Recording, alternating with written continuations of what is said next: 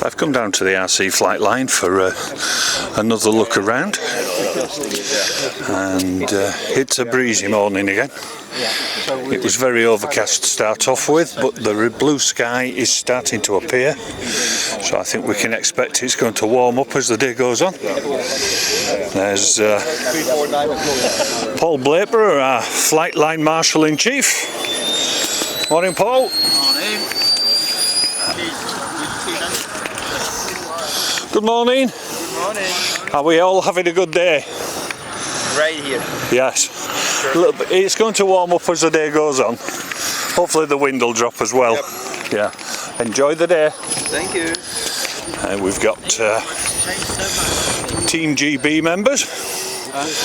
We've got Brian Seymour, Martin Fardell, and Dave Knott. Hello. And who's the mascot, Brian? Fudge. Fudge the mascot. Yep. So are you enjoying yourselves? Absolutely. You look to be all set up for the sunny weather. Yeah, what are you doing to the weather? Just waiting for it. It's nice to be a little bit cooler, I think. But we could do with the wind dropping off. Yeah. This is it. What you need to do is all get shorts on and show the Australians up who are wrapped up in the blanket. What's with the blanket, gents? It's not that cold. I'm not wearing any underwear. No underwear. Right? Keep the blanket on. Good idea. You don't want to see what's under there. No. Have a good day.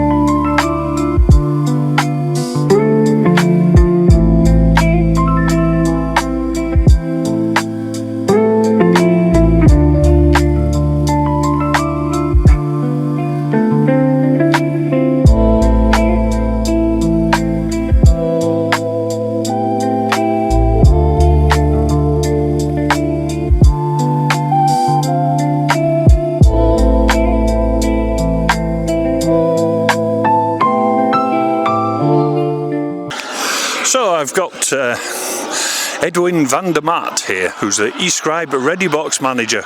So what does the eScribe Readybox manager do?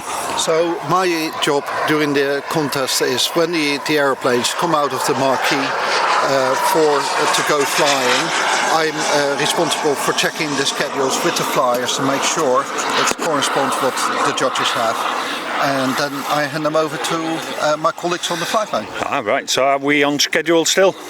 We are today ahead of schedule, about 50 minutes ahead, so yeah, so things are running. You must be doing a very efficient job then. Thank you and have a good day. Thank you. Right, I'm joined by a very good friend of mine for many years, Neil Tucker. Hi Andy, how you doing? I'm very well, Neil. Good to see you here. Great, so thanks for the invite. What do you think of our little World Championships here? Well, it's bloody marvellous, isn't it? This is the first championship I've ever been to of any sort in terms of radio control, and it's just wonderful. The quality of the models and the organisation is just superb. It's we are getting plenty of comments. We're aiming to set the bar high for the next country to follow, which is Poland. Who I'm sure will do a fantastic job. I'm sure, absolutely. So. So Neil, I noticed on your shirt there it says Air Ability. Absolutely. Could you tell us a little bit about your involvement with them, how you got involved and what they do? Certainly. So for those of you who don't know Air Ability, we are the UK's leading disabled flying charity. We do three things: we aviate, we educate, and we advocate. So basically it's all spectrums of full-size flying for people with disabilities. It's my privilege and my absolute pleasure to be the chairman of the charity, and I've been there since 2018, so 8 years now that I've been with the charity myself, following an accident in 2014. That's excellent. So I think here at the BMFA we're also keen to get involved and have help where we can, and I think there's a good chance of some synergy, shall we say? Absolutely. With model flying and the full size for the less abled. Absolutely. Is that the correct word? For people who are not able-bodied, absolutely. Yeah, absolutely smashing. So I mean, the key thing is Air Ability is really. We fly about 1,000 people a year with different disabilities, from invisible disabilities, mental health, physical, people coming back from wars with bits blown off them. So we deal with all forms of disabilities. But just as we deal with all forms of disabilities, everyone says, and it's my line as well, is that up there in your airplane, you're just another voice on the radio. Nobody cares about your disability. And I think, to be quite honest, it's true of the whole of the spectrum of aviation as well. So whether you're building plastic models or radio control or control line or the full size, it's all aviation. It's all part of the same thing, all part of the same love and the same family. And we really believe that it is for everybody. And I would certainly say model flying is particularly appropriate for people living with a disability. Excellent. So you're still an active model flyer? Well, active. The word Neil and active doesn't go together very well. Yeah. Okay. But yeah. I still fly models myself. I fly Miss Wind. I've got a third scale Tiger Moth, and I've just bought a Panic for the very first time. Wow. I bought a Panic, and guess what I did? I crashed it. Well, I was just going to ask, do you crash as much as you used to? Probably more. Oh, yeah.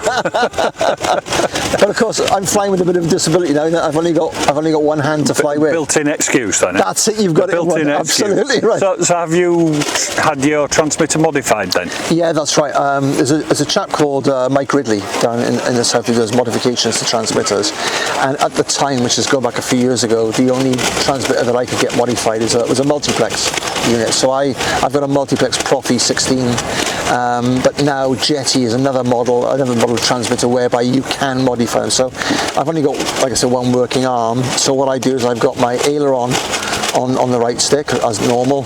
I've got my elevator forward and back. I've got my rudder on top, so I twist the top of it, and then my throttle is under my pinky here. Right. So I say I'm mode 2.5. Yes, we'll have to come up with a specific mode. Yeah, absolutely. Mode Neil. Mode Neil. So. But the nice thing is with the modern radios, you can assign the buttons and switches to do most anything. And Mike Ridley with the Modern Radio Workshop was very helpful in making this happen. So it's all a question of finding out what your disability needs are and modifying the kit from then onwards. Good to know.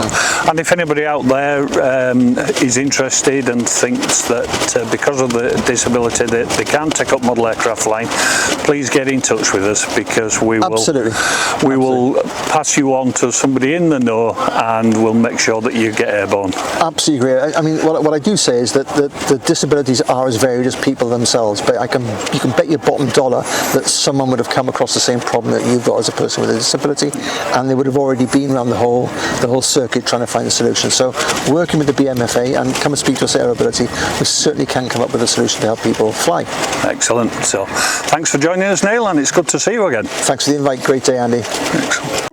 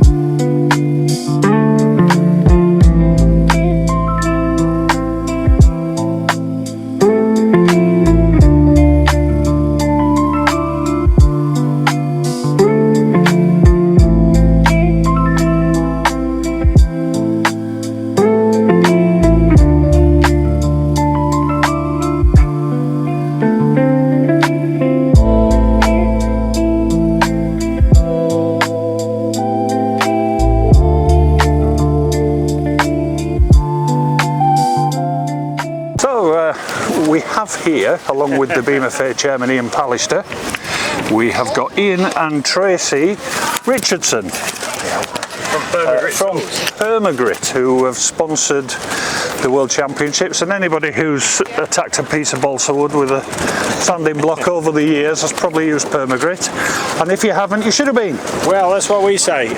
Everything starts with a model. It does. Everything starts with a model. Yeah. Well, it starts with a big block of wood generally. Build quicker, fly sooner. Yeah. Permagrit tools. Indeed. Some people, I've been speaking, it's nice to catch up with people. Some people have had my tools 30 years, unfortunately, and still. Yeah, they last, don't they? They sanding blocks. They just last forever. That is the main problem with them.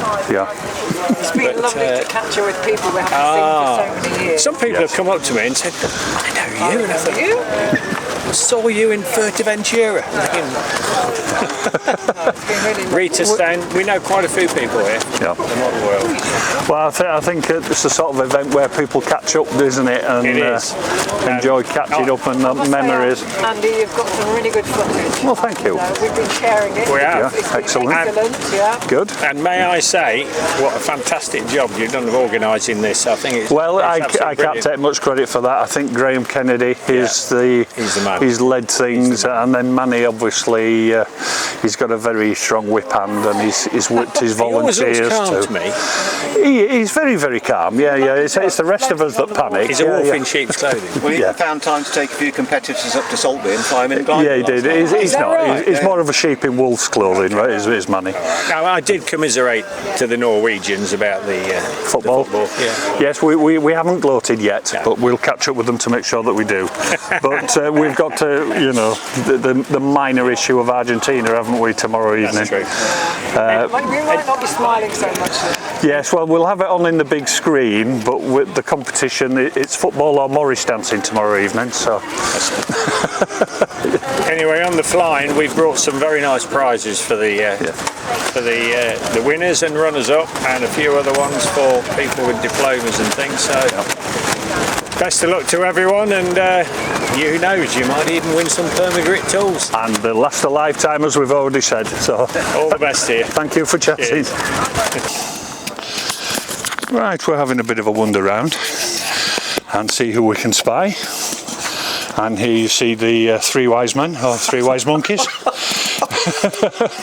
Two people I know because they've handily worn badges. So we've got Mark Ellis from the Air Accident Investigation Board, Duncan McClure, who is the I'll get all these BMFA Vice Chairman, Members Director, And Achievement Scheme Review Committee Chair, and Daniel Craig's dad.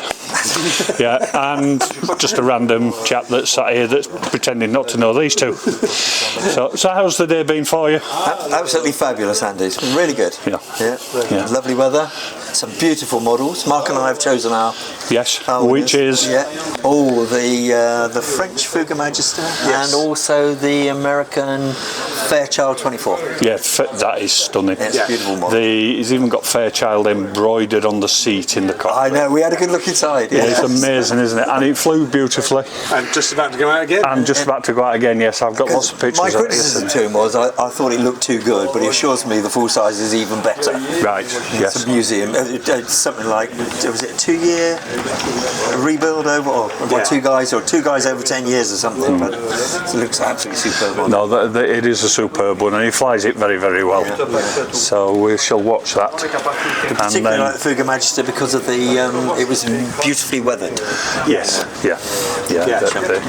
The whole of the French team aircraft are actually all very, very. Mind you, there isn't a poor aircraft in there, to be fair, is there? No. So they're stunning. Maybe it's probably the shiny Spitfire. Two reasons: it's very photogenic. Yeah.